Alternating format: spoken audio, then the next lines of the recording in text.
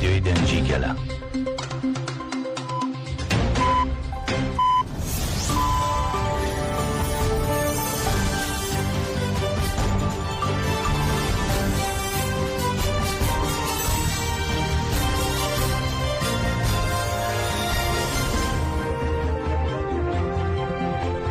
ئەم کاتتان باش بیسەرانی هێژە لە ڕادیۆ دەنگی گەلەوە بە یارمەتی هاوکارانم گەشتی هەواڵەکانی ئەمڕۆ سێشەممە 27 ئایاری 2025 پێشکەش دەکەین.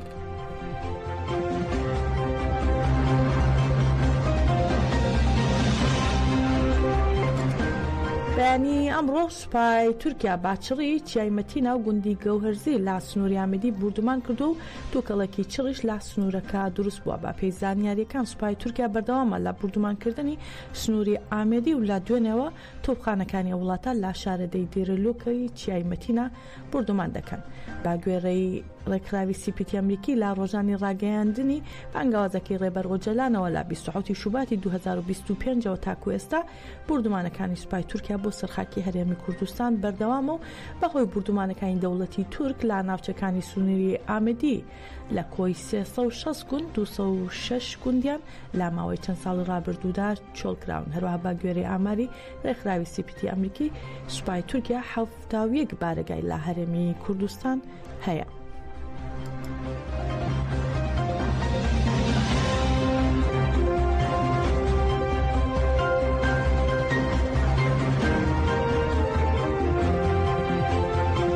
چالاکی ئشتگیری ئازادی لە شاری ستراسبورگی فەڕەنسا لە هەفتەی 676میندا بەردەوام و ئەم چالاکی هەموو هەفتەیە گروپێکی جیاواز چالاکیەکە دەگرنە ئەستۆ و دوای هەڵگرتنی گۆشەگیری داوای هەڵگرتنی گۆشەگیری ئیمراڵی و ئازادی جەستەیی ڕێبەر ڕۆجەلان دەکەن. ئەم هەفتەیە گروپێک لە شاری زوریخی سوئیسراوە ئشتگیریەکەیان وەرگرت و لەسەر ناوی گروپەکە ئەرهان نۆیان ڕایگەیاند دەبێت ئیدی کۆنسەی ئەوروپا و کۆمیتەی ڕێگری لە ئەشکەنجەی سیپیتی و دادگاکانی مافی مرۆڤی ئەوروپا چارەسەر پشتگوێ نەخەن.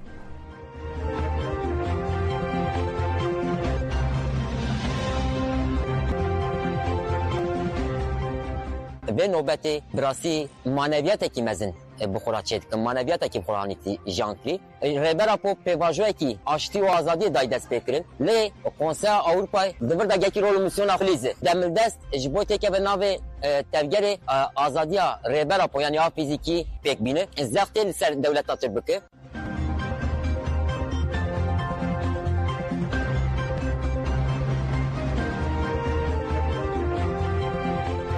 سەرۆک فراکسیۆنی پارتی یەکسانی و دیموکراسی گەلاندەم پارتی گۆلستان کلیچکۆکچیت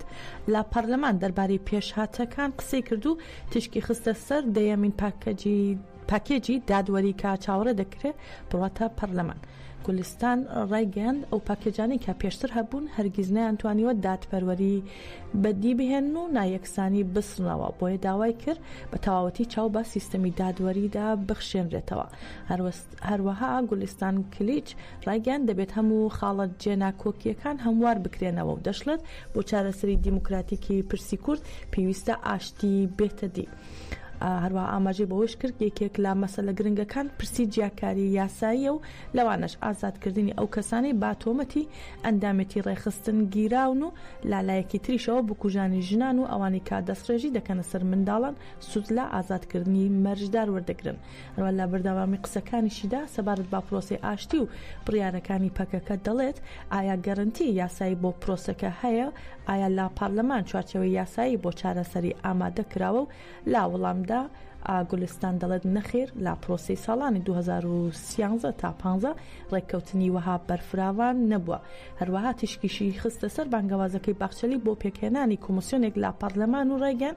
دەبێت ئەم کۆمسیۆنە گوێ لە ئەندامانی ڕێکخراوەکان و ژنان و ڕۆژنامەنووسان بگرێت و پێشنیارەکان بۆ پرۆسەکە بخاتە ڕوو. هەروەها دەشڵێت شەفافەتی کۆمسیۆنەکە لە هەموو شتێک گرنگترە.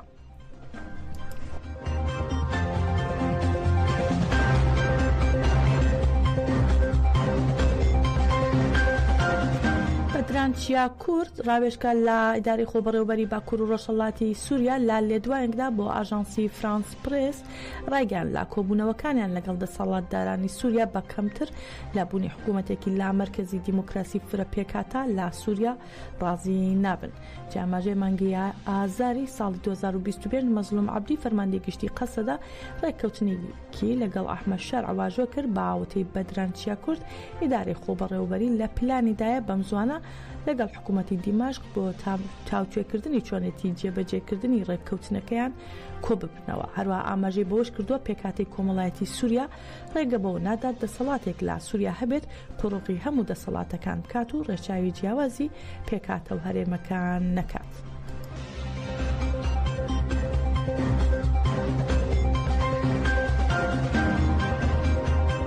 ڕوانگەی سووری بۆ مافەکانی مرۆڤ ڕایگەیان لە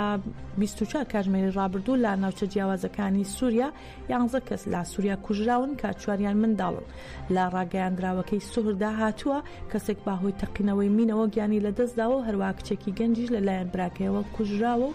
سیاندامی هێزە ئەمنیەکانی دەسەڵاتداری دیماشق بەهۆی تەقینەوەی کۆگایەکی چەک گیانیان لەدەستداوە و چواری دیکەش بریندار بوون. هەروە سوهر باسی لەوەش کردووە بەهۆی تەقینەوەی بۆمبێکەوە منداڵە گیانی لەدەستداوە و لە هێرشێکی نەناسراوی چەکداریشیدا گەنجێک کوژراوە. لە لایەکی تریشەوە لە ئەنجامی تەقەکردنی هەڕەمەکی گەنجێک و منداڵە گیانیان لەدەستداوە و لە کاتی پاکردنەوەی چەکیش منداڵەیەک کوژراوە.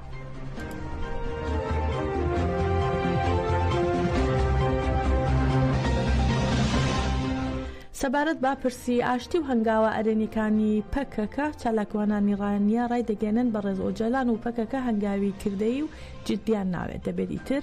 تورکەکان ئەقڵێتی فاشیستی خۆیان بگۆڕن بۆ قبولکردنی گەلێک بە ناوی کورد لە خاکی تورکیادا.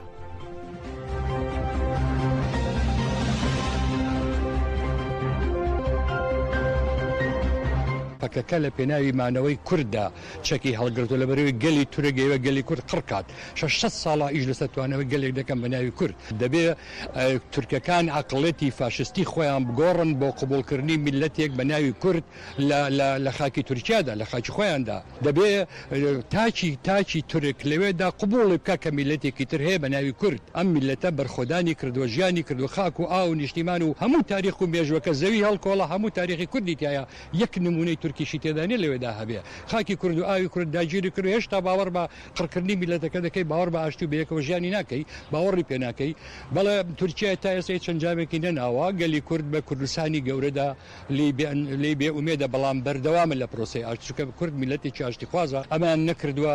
یەک زیندانی نازان نەکراوە زیاتر لە 700,000 زیندانی وەکو بەڕێز دەمیرتاش و هەواڵەکانی لە زیندانن قەیوم هێشتا بەردەوامە فڕۆکەکان دێن قەندیل و گارا و ناوچەکانی تریکە جەبهەی بەردەوامی بینی تورک و سینە چەندین ساڵە ئەمە هەر بەردەوامە لەشکرکێشی بۆ خاکی کوردستان دوێنێ شەوێ هاتووە هەر بەردەوامە. تورکیا هیچ نێتێکی نییە بەڵام کورد گرنگی زۆری ئاشتی سەرکەوتێکی مەزنی بەدەستێنەوە ئەویش ئەوەیە بە فەڕەنسا و هەموو ئەوروپا بە ئەمریکا و هەموو جیهانی گەورەی وتووە ئێمە ئاشتی خوازین لە پێناوی ئاشتیدا ئەوە چەکمان. بەر ئۆزەلان و پەکەکە هەنگاوی کردەی و جددی ناوە بەڵام ئەوانەی کە بەشێکن کە نایانەوێت ئاشتی جێگیر بێت ئاشتی بگاتە دوا مەنزڵگای خۆی ئەوانە بازرگانی شەڕن کە لە بەرژەوەندی ئەوان لە شەڕدا نوخبەیەکن بەردەوام حەزەکەن و ئەیانەوێت پرۆسێسی ئاشتی شکست پێ بێن و گەریلا چەک کاتەوە شان و بەرگری بکات و شەڕ بکات و بۆی ئاشتی.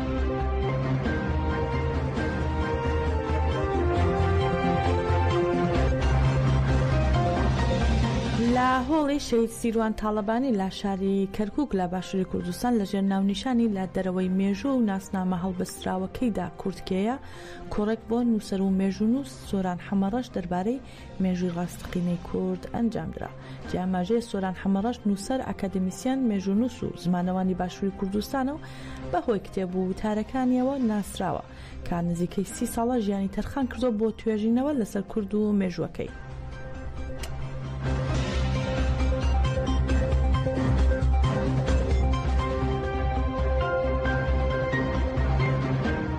لەبەر ڕۆشنایی پەرتووکە نوێەکەم مێژووی بزر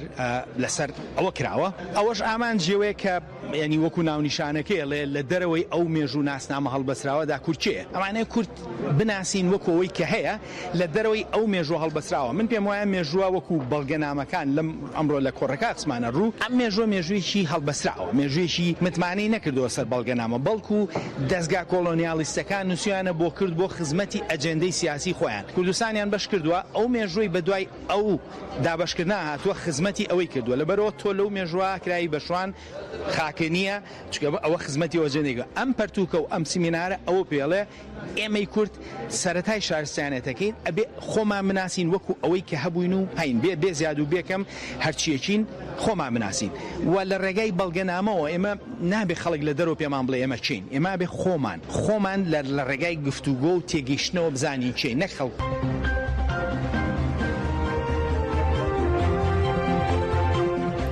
ئەمڕۆ 5 ساڵ تێپەر دەبێت بەسەر شەیدبوونی ئیسماعیل نازل کۆل ناسراو بە قاسم ئەنگین کە وەک جەنگاوەر و هەڵۆیەک لە چیا سەرکەشەکانی کوردستان دژی داگیرکاری وەستا بوو ئەو تێکۆشەرە بوو کە لا مردنسڵی نەکردەوە و هەمیشە تەسلیمی ترسی تێکشکان سەبارەت بە ژیانی ئەم شەهیدە هاوکارانمان لە ڕۆژ نیوز دۆسیەکان ئامادە کردووە باگوێی لێ بگرین و بەم شێوەیەش دەگەینە کۆتایی گەشتی هەواڵەکانی ئەمڕۆمان موێنن لاخێر و خۆشیدا.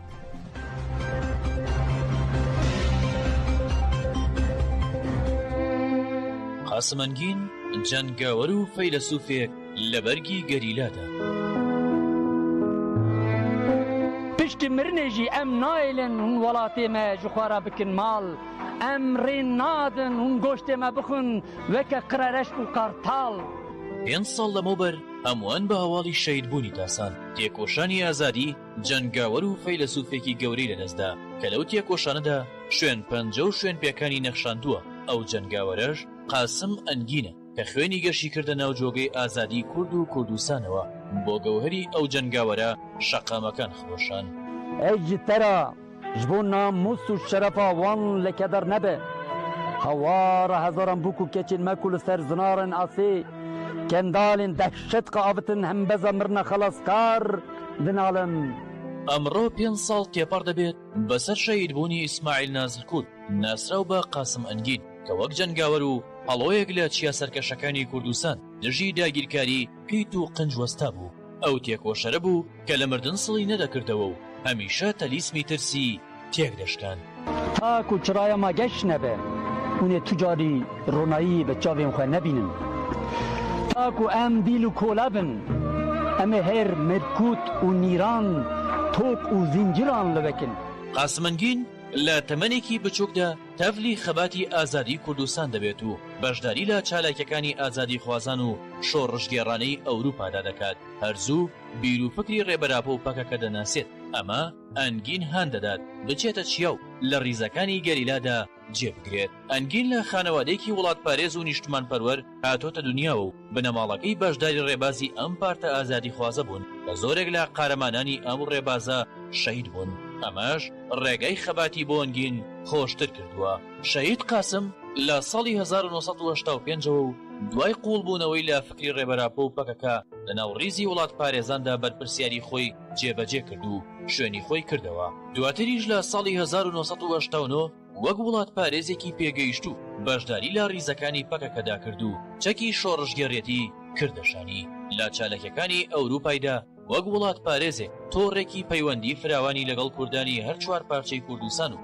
دۆستانی کورد لە ناو بیانیەکان دروست کردبوو ئەوەی دەیناسی خۆشی دەویست و لەگەڵیدا دەبوو بە هاوڕێی بۆیە بەهۆی کەسێتی و خۆشەویستی قاسمەوە کەسانێکی زۆر بووبوون بە وڵات پارێز و گەریلاش وڵاتی نیشتمان ئاوێرانەکردنەوە وێ کوردستانە ji bo rizgarkirina wê tol hildan di welatê Kurd da ji laşên wanên qirêj ên nîjada keftar a çaqalan dikuzînin ji bo welatê Kurd pakişkirine tol hildan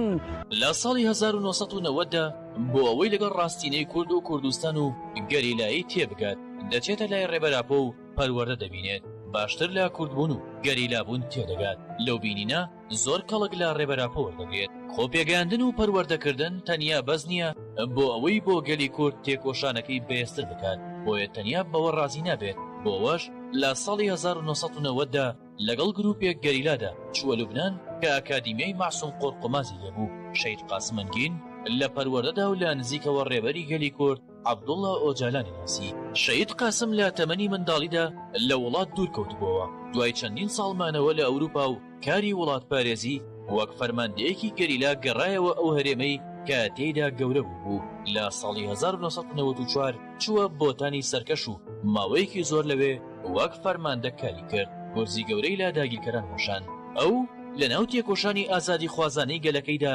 چەندین ئەرک و بەرپرسیارەتی گرنگی هەبوو. لە باشووری کوردستان لە هەرێمەکانی بادینان و برادۆست و قەندیل و ماوەیەکی زۆر بەرپرسیاری ناوەندی ڕاگەیاندن و چاپەمەنی هەپەگەی لە ئەستۆ کرد. لەو کاتەدا لە ڕێگەی ڕاگەیاندنەوە کاری بەپێزی بۆ گەریلای ئازادی کوردستان لە جیهاندا کرد. بۆ ئەوەی تەفگەری ئازادی کورد و گەریلا لە هەموو جیهاندا باش بناسێت ڕەنجێکی گەورەیدا و ئەنجامی گەورەی بەدەستێنا. هەروەها قاسمەنگین بەشداری کارەکانی کۆمیتەی پشتیوانی لە بنەماڵەی شەهیدانی پەکەکەش کرد و هەرگیز ئاستەنگی و زەحمەتیەکان پاشگەزیان نەدەکردەوە و بەسەریاندا زاڵ دەبوو. شەهید بۆ نووسینەوەی مێژووی وڵات پارێزی کوردستان و کورد هەوڵێکی زۆریدا شیکاریەکانی بۆ مێژوو بڵاو کردەوە. هەموو ساتێکی ژیانی خۆی بە فەلسەفەی مێژووی ئاپۆیی پڕ کردەوە. بە شێوەیەکی بێوەستان هەوڵیدا باش لە مێژووی کوردستان تێبگات و شیکردنەوەی ڕاستی بۆ بکات. لەبارەی ئەم پرسەوە وانەی زۆری وتەوە و تێبێکی بەناوی مێژوو ئێستایە وەک میراسێک بۆ ئێمەی بەجێهێژ. ئەو شەهیدە قارەمانە دوای 35 ساڵ خەبات و بەرخۆدان دژی داگیرکاری و فاشیزم لە 27 ئایاری ساڵی 2020دا لە هێرشی ئاسمانی فڕۆکەکانی دەوڵەتی تورک بۆ سەر ناوچەی برادۆست لە هەرێمەکانی پاراستنی مەدیا شەهید بوو. دوای خۆشی مێژوێکی پڕ لە سەروەری و قارەمانێتی بۆ گەل و نەتەوەکەی جێهێشت. ji bo te tenê yek wasiyetê wan a bêeman, serdest û qehar a di peyvekê de pîr dibe heye. Tolhildan ji bo pakişkirina leke li ser namûsa Kurd hatiye xistin. Tolhildan ji bo dawiya nehewara 100,000 zarokên Kurd ku hatibûn sûngî kirin. Tolhildan